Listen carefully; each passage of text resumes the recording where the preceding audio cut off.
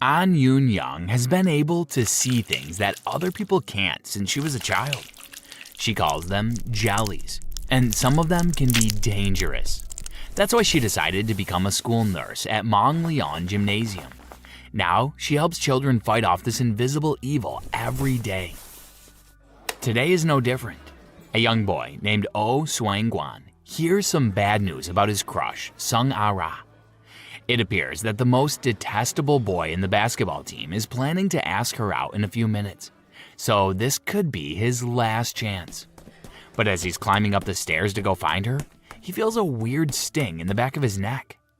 He goes to the infirmary, and Yoon Young pulls out of him a heart-shaped jelly only she can see. The boy rushes out before she can properly explain the treatment, so she decides to go after him.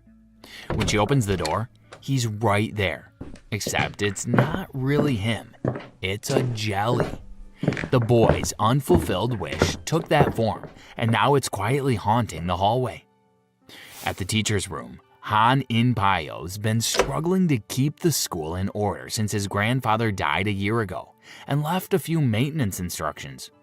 It says the basement must be disinfected every 6 months, and it can only be done by Ilngwang sterilization.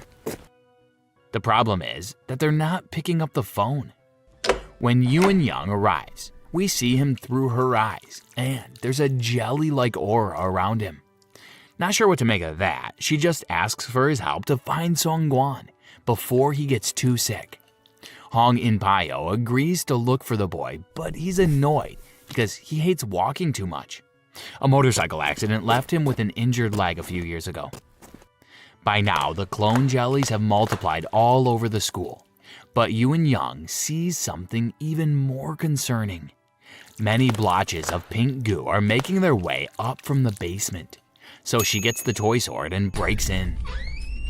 The whole place is packed with giant jellies, so she starts to slay them around to avoid more contamination. But in her furious attack, she fails to notice the boss-to-be coming. He asks what on earth she's doing, and her answer is Zumba practice. As they further explore the creepy basement, she has a pleasant surprise about In-pyo when the jellies crash into his force field. He's not an evil agent at all. That's only some kind of natural protection. When they get to some kind of secret chamber and force the door open, there's some kind of plaque in the center with the inscription, Apji Stone. Curious about what could be written on the back, In-pyo flips the stone, exposing some kind of hole.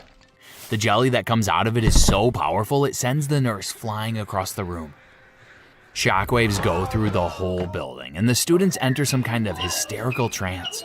They all start to run in the same direction with a demonic laughter. On the other side of the stone, a short text says this place used to be a cursed pond. Lots of young people committed suicide by jumping into it, and the creatures feeding on them became monstrously large. So the pond was filled, and the Apji stone was used to seal it. This probably has something to do with the effect this is having on the students now. Having reached the roof, they're all climbing the fence to jump over it. The few kids that haven't been affected are either trying to stop them or filming the chaos. Two kinds of people, right?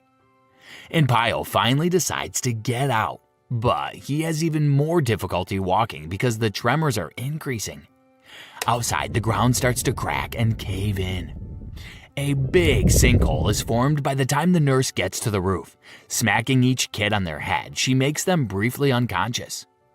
But dozens of other possessed kids are running past In-pyo on their way up there. The nurse is fighting a losing battle that's about to get much worse. A huge toad-like monster comes out of the sinkhole, trying to suck the kids into the giant mouth. Yoon Young is the only one who can see it, but everyone calls that unstoppable pull, especially when the fence tilts dangerously. In-pyo finally gets to the roof and also gets sucked, but as she grabs Yoon Young's hand, she sees that's just what she needs. His aura recharges her toy guns, and now she can take down that ugly monster. The thing explodes into thousands of heart-shaped jellies that just melt away. On the news, Sung Ah-ra and her friend Roddy are interviewed about the incident, which is described as an earthquake. But at least now In-pyo is totally into the jelly hunting business. He takes the nurse to the basement again to show her the inscription about the pond. She's shocked that a school was built on such a doomed place. The next kids for her to worry about are Min Yu and Wan Su. These two are always getting in some kind of trouble, but only Eun Young can see why. They are connected by a malicious jelly attached to their head by each end. The nurse must find a way to split that unnatural connection, but she's not sure how. Speaking about friendships, Eun Young says her only true friend is Doraji, an older woman who helped her get this job as a school nurse. She works as a healer and knows a lot about fighting jellies. About the two mischievous kids, her solution is to remove their hair. She doesn't explain exactly what the relation is, but she says they must start with the hair on their knees. Eun Young prefers not to imagine what the next step is. She discusses the issue with In Pyo at the school infirmary. As they struggle to find out how to shave a teenager's head, Sung Ara, who's been listening to the whole thing, offers a solution. She writes a note to Wan Su letting him know that she would find him cute if only he were bald. It works like a charm and the boy shaves his head as soon as he can. Unfortunately, that doesn't solve the jelly problem. They're forced to use Plan B, which involves the hair in their armpits. According to Doraji, tying a knot will be enough. So while the three musketeers are learning about different knots, Min Yu and Wan Su are ready for their next stunt. They're both senior students and firm believers in the Korean superstition about stolen cushions. A group of older friends help them plan their incursion into a girls-only school nearby and furtively take as many seat cushions as they can. It all goes quite well until Wan Su gets caught and they must leave in a hurry. Min Yu insists on taking a cushion that the students tell her not to. They say it belongs to a dead person. And sure enough, in the morning, the dead girl is calmly walking towards Mang Leon High. Eun Young is carrying a dummy around for CPR training when she meets the ghost. It's not an uncommon encounter for her, but what does make her intrigued is that Mackenzie, the English teacher, seems to be able to see her too. In the evening, Eun Young is called by a desperate teacher. A group of students had secretly stayed behind to study, but now there's something wrong with them. One look at the situation tells her all she needs to know. All of the sick kids are sitting on stolen cushions. The dead girl is clutching hers in tears. Eun Young reprimands the kids while the ghost grows into a colossal jelly. It takes up almost all the space and swallows a few students before the nurse bursts it with the toy sword. The mischief is going too far, and it's time for drastic measures. Ara tells the pair of rascals the nurse needs to see them. Getting to her office, they're knocked unconscious and have their armpit hair tied in a dragonfly knot. That really solves the problem, and both kids feel great on the next day. So now Eun Young is free to be just a nurse? Of course not. Mr. Mackenzie, the English teacher, is clearly up to something. Using some kind of nutshell, he's able to collect the jellies from the school hallway. God knows what for. Meanwhile, a boy named Lee is having a terrible day. He wants to get into the basketball team, but as he comes from a poor family and has a scholarship, some of the players think he's beneath them. So they attack him at the school gym to scare him out of the team, and only stop when Mr. Mackenzie intervenes. Eun Young is in an acupuncture session with Doraji, who's kind of playing matchmaker now. She says In Pyo is part of her destiny, and she must be careful with the competition. The nurse ignores that, saying she wants to live life on her own. When she comes back to the school, Lee is in need of treatment. He tells the nurse it was an accident, but once again, the all-knowing Ara is here to tell the truth. More familiar with occult enemies than teen drama, Eun Young can't understand why he lied. At night, she talks to Doraji about Mr. Mackenzie and his odd behavior, trying to find him online. They see he's part of an organization named Save Happiness, and it looks awfully like a scam. Speaking of the devil, it seems like Mr. Mackenzie has his own ways to help out the students with occult arts. He gives Lee some of those nutshells and tells him what to do if he wants to be on the basketball team. Sneaking into the locker room, Lee puts each shell among the belongings of each boy that hurt him before. Soon after that, Lee is invited to join the team because a few of the players got injured in separate freak accidents. In his own locker, the boy finds a brand new pair of shoes and a congratulations note. During the game, Mackenzie keeps helping him out. Young catches the supernatural cheating in the act. After a get-together among the teachers, she confronts him about it, and he finally reveals his true colors. When that hellmouth in the basement opened, the unusual amount of jellies in the area brought him to the school. Instead of eliminating the jellies to protect others, he collects them to sell. It's all part of the safe happiness scam. Not ashamed of his actions, he says Young is stupid and naive. Now, who's really stupid and naive is Inpayo. Having so recently inherited his grandpa's fortune, he still suspects nothing when this old childhood friend shows up. Her name is Huang Gaiyang, and she claims to be in the area just to help her mother. Yeah, right. Something he does find suspicious is that Mackenzie seems to be asking about the keys to the basement, so they decide to get back in action. While Inpayo finds an address for Wang's sterilization, Daraji finds out where Mackenzie lives. Young breaks into his apartment and takes a bunch of his maps and notes involving the school. A note on the mirror says, "Don't touch what's in the tub." Of course, that's exactly what she does, and then a small red mark appears on the back of her neck. Inpayo has no luck either. The address of Wang's sterilization leads him to an empty office. And to make things worse, Young ends up in the ER with a bad rash. When she gets better, Inpayo takes her to his grandfather's office.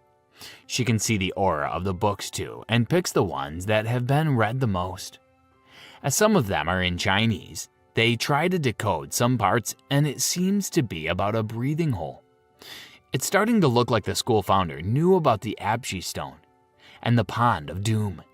Another book says that whoever controls the breathing hole can turn luck in their favor.